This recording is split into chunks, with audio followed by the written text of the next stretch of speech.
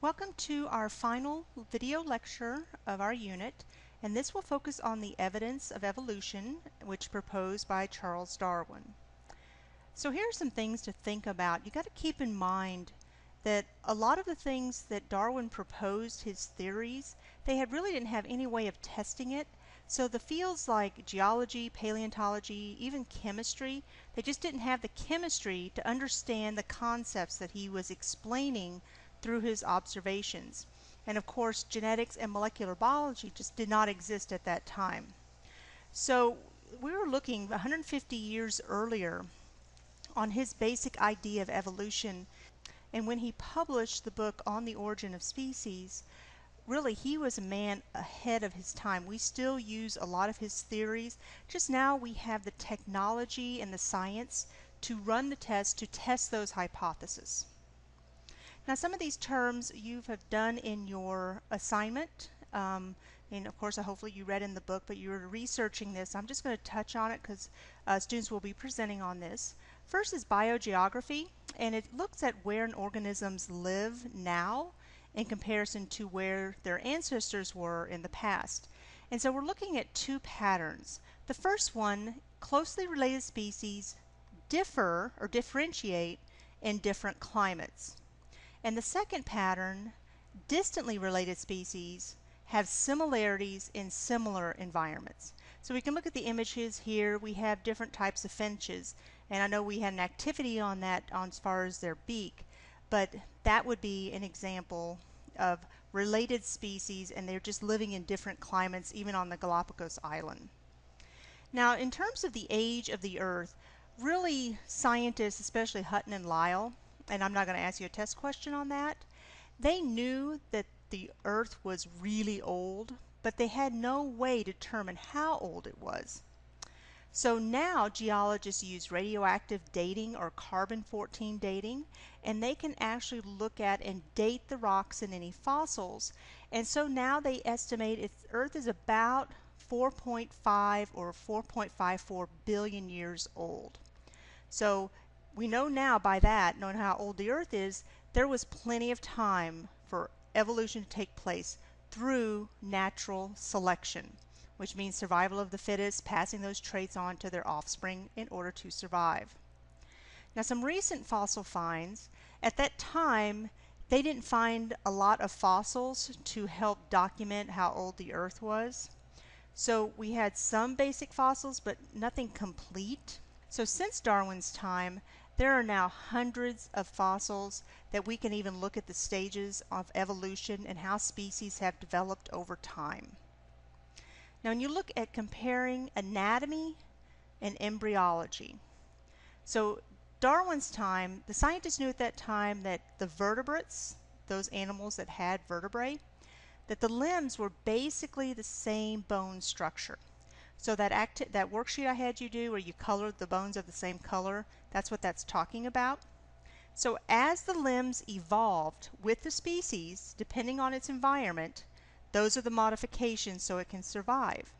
So one thing that they found out is the front limbs of reptiles and birds are more similar than those compared to amphibians and mammals. So from that, they concluded that there was a common ancestor between the reptiles and the birds just based on the front limbs.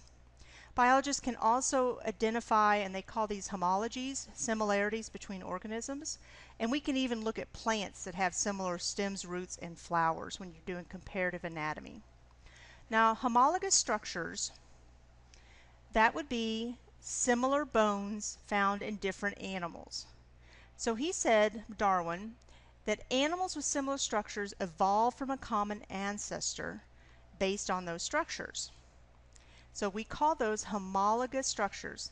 Homo is a prefix for the same, and it links back to a common ancestor. And biologists now test whether those structures are homologous by studying the anatomy in details. In just a moment we're going to look at the embryos also, and we can track the evolutionary history of those species and where they are derived from or common ancestors. Now analogous structures will look at the function but not the structure.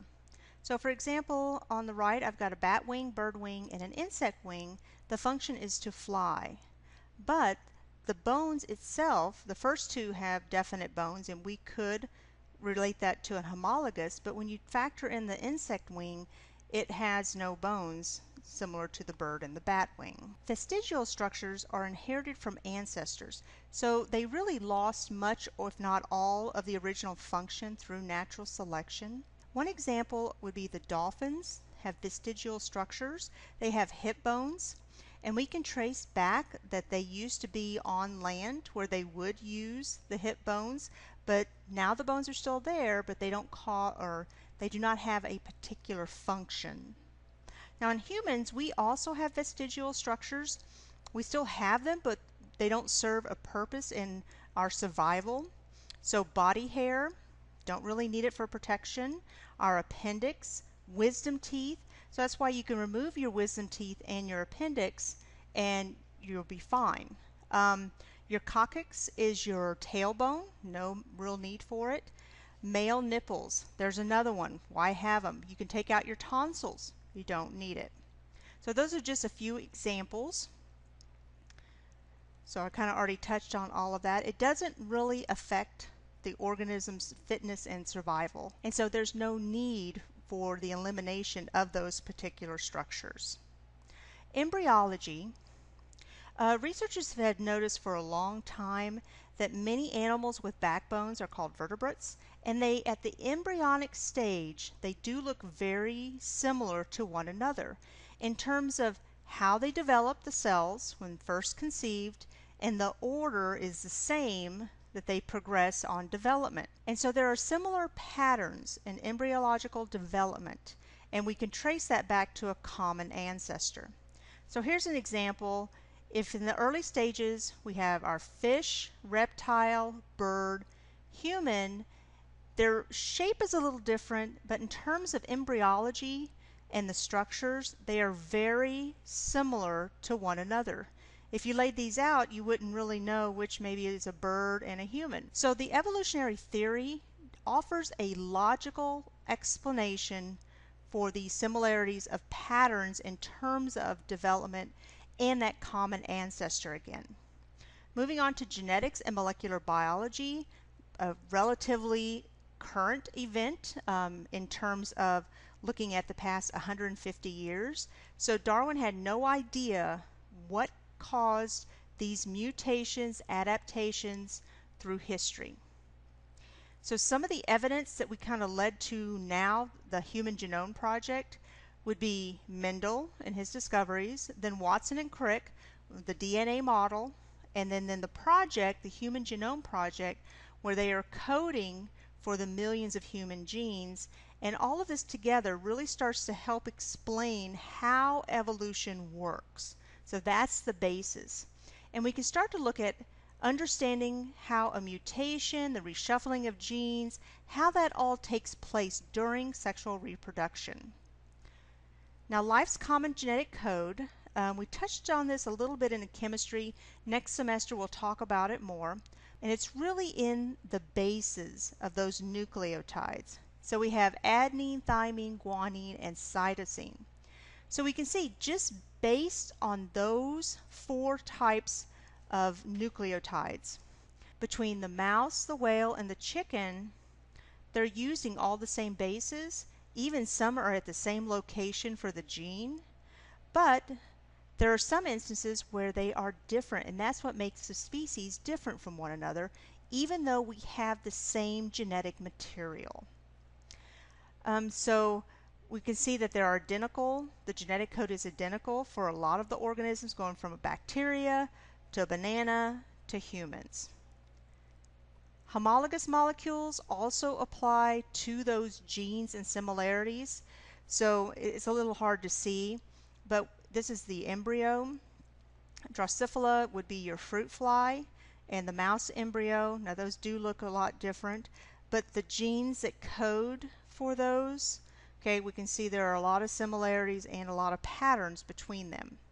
So today we know that homology is not just limited to the physical structures, it is actually looking at the individual genes and what codes those genes. And so even 150 years ago, Darwin understood this, and he concluded that living organisms evolved through descendants with modification from a common ancestor. But he didn't know at the time that he was referring to genes.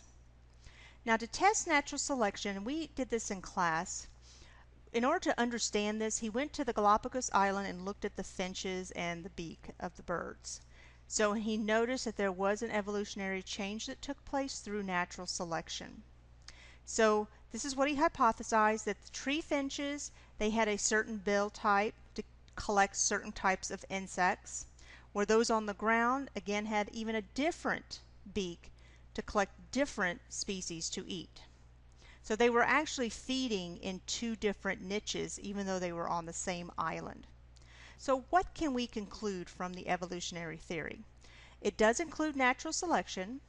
It does have insights vital to all branches of biology, whether you're researching an infectious disease, to ecology, chemistry, whatever. There's always a tie. Like the scientific theory, it's always changing. Okay, so if we gather new data in 10, 20, 30 years, it could change again. It keeps evolving. Researchers will always debate. They have been, they are now, and they will probably in the future. And so the important questions that they're really wanting to know is, why do some species become extinct, why others are flourishing? So that's what they're trying to find the answers to. Also, there's a significant uncertainty about how life began exactly. Now, there are a lot of theories around that. But one thing that kind of holds true with all scientists is that we're concerned about how evolution works, not whether or not it occurs. So we've seen evidence from Darwin that evolution does take place, but we're trying to understand how it goes about and how it works. And now that we have technology and science, we are starting to understand that more than during Darwin's time.